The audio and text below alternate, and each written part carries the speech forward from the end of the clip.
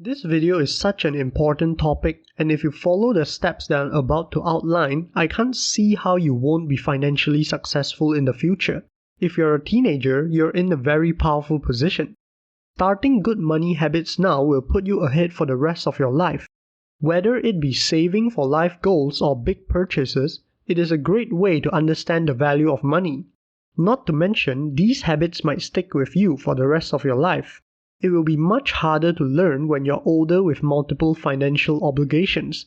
If you haven't already started to work on your savings, it's never too late to get going, whether you're 14, 20, or anywhere in between. Here are the steps to get started and how you can replicate these exact steps into your life. Now, the first step is to decide for yourself how much of your income that you're going to put away. If you're new to this, you might be asking yourself how much you should save or invest, or if you even have enough money for that. The truth is, you don't have to wait until you have hundreds of thousands of dollars in the bank to start. Just start right now, even if you're getting, $50 a week pocket money, or maybe you have a side gig or part-time job that pays you. Whatever the figure is, you need to decide how much of it you're going to put away. Right now, you might be making $50 a week, and if you decide to put away $10 a week, that's not really going to be noticeable. And you're right, but a few years down the line and you could be making $2,000 a week. And when that happens, the habit that you have been nurturing for 4, 5, 6, 7 years of putting away, say, 20% of your income will pay off. So while you were putting away $10 a week to invest in your teens, you can be putting away $400 a week, which is a lot of money to set aside for investing. To help make things easier, many of the experts suggested as a general rule to invest a set percentage of your after-tax income. Although that percentage can vary depending on your income, savings, and debts, ideally you invest somewhere around 15 to 25% of your post-tax income. You would think about it not so much in terms of the amount of money, but in terms of the percentage term of everything that you receive and how much you're going to invest. Do keep in mind this amount might be very small when you're not making a lot of money. Even if it's just $10 or $15 or $20, that's okay. We're just trying to get you in the habit here.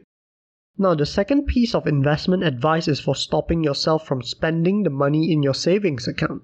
This is more so for teenagers that are starting out, as they might not be familiar with the whole process of putting money away for future use.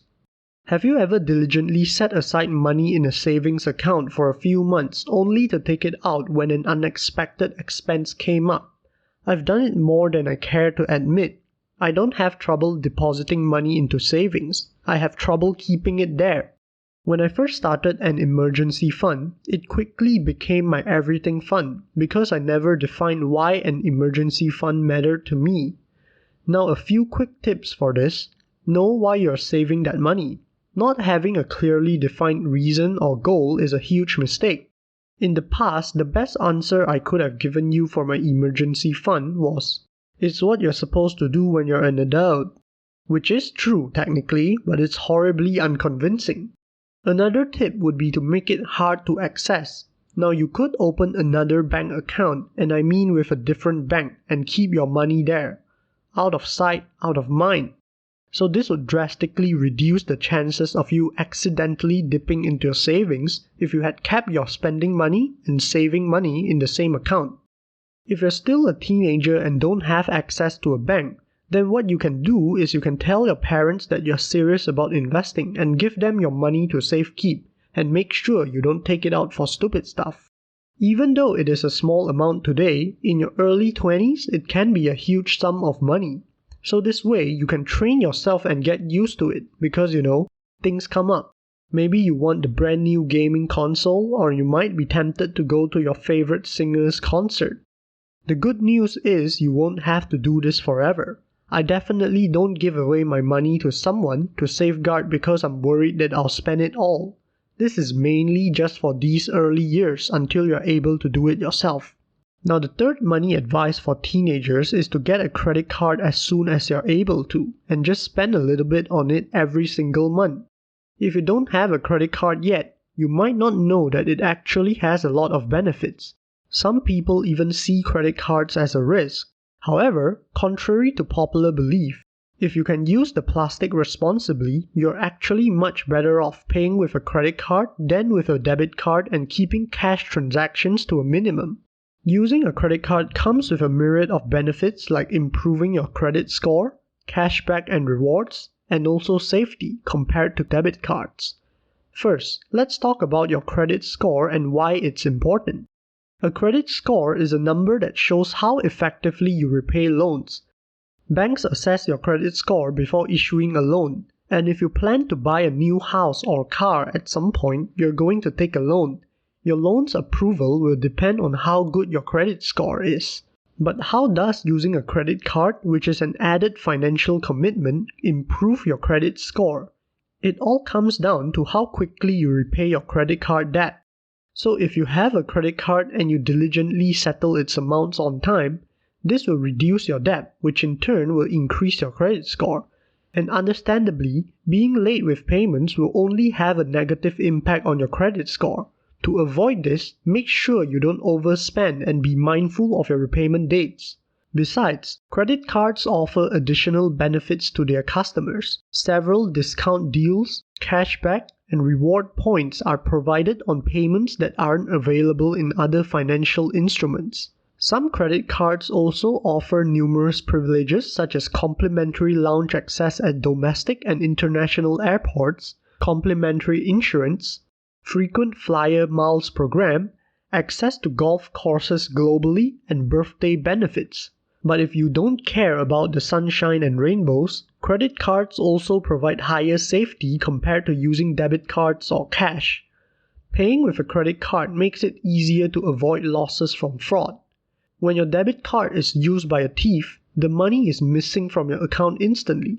It can take time for fraudulent transactions to be reversed and for the money to be restored to your account while the bank investigates.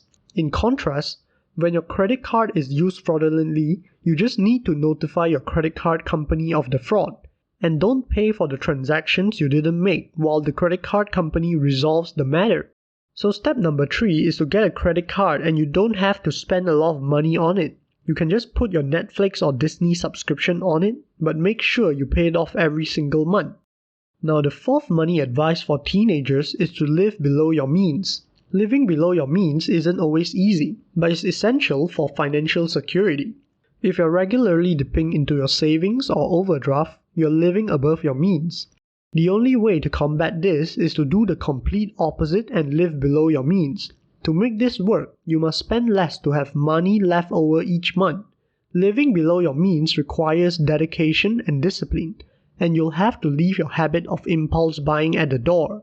It can be tough to admit that you don't have the budget to live a certain way, but accepting your situation and taking control of it is the first step to financial freedom.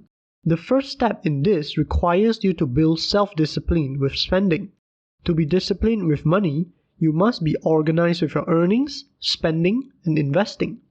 A budget is just a way to track how much money is coming in and how much money is going out each week, bi-weekly or monthly.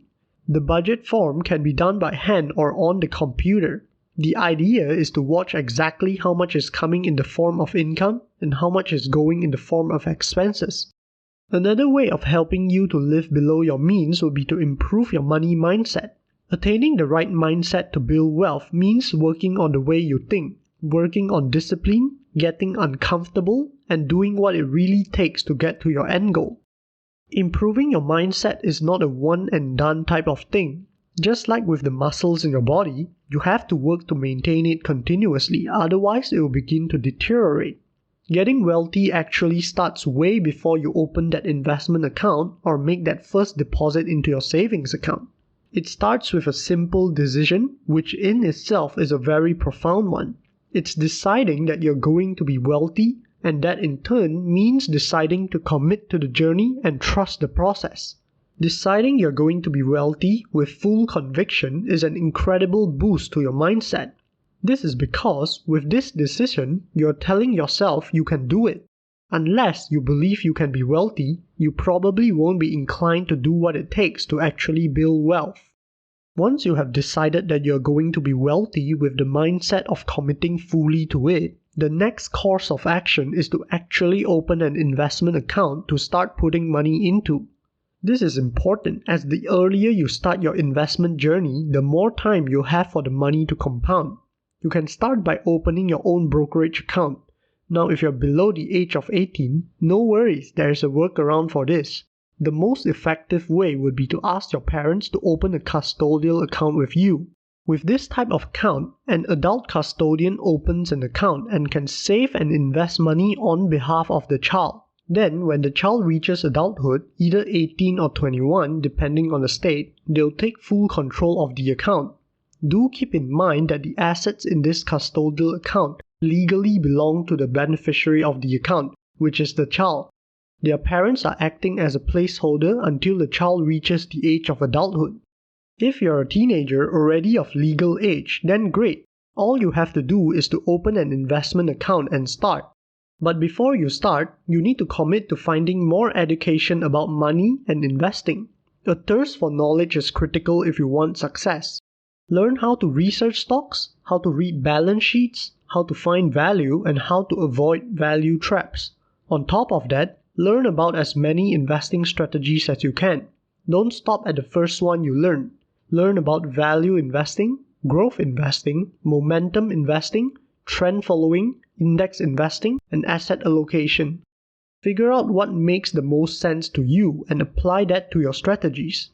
Don't just blindly follow what anyone says, including me. And this goes into step number 6, which is to increase the percentage of income that you invest. There comes a time when you get a raise and start to earn more income. You'll need to increase your savings rate as well. This is important to prevent lifestyle creep, which can easily deter your progress that you build bit by bit from the start. Lifestyle creep occurs when your standard of living improves due to higher discretionary income and formal luxuries become new necessities. It has the potential to derail retirement plans and debt reduction, as frugality is replaced by spendthriftiness. Lifestyle creep can start small, ordering a more expensive bottle of wine at dinner or buying a bag or electronic item you do not really need, but can quickly extend to more extravagant habits. Easily accessible credit and the use of credit cards which enable bigger purchases may contribute to lifestyle creep. This ties closely to the last step where you would be able to achieve the financial freedom we have all been dreaming of. The final destination, the end goal that everyone wants to achieve. You wouldn't want to get stuck being a Henry, otherwise known as high earners not rich yet. This refers to people who have significant discretionary income, but all or most of it goes towards expenses and liabilities, which means they are left with close to nothing at the end of the month. Now the final step is where you will be able to achieve the truest sense of financial freedom, where you live off of your portfolio yields. If you invest your money in income-producing investment vehicles, you can create an income for yourself that will allow you to live without working. The trick is to have enough income to avoid having to withdraw any principal for living expenses. If you achieve this, you can count on your portfolio to maintain its value and possibly even grow through the years. To do this, you will need to plan ahead for a few things, which includes knowing your living expenses, calculating how big a portfolio size you need based on your living expenses, and planning your withdrawals while factoring in your portfolio growth, inflation, which increases your living expenses, and also taxes, depending on your location, when you withdraw from your portfolio. So this is it. This is the end goal, the high-level view. This is how you do it, how you free yourself and your family. So I hope you realize how significant these tips are and enjoy it as much as I did. Now if you aren't at the last step yet, whichever step you are at, just keep going and let's do our best.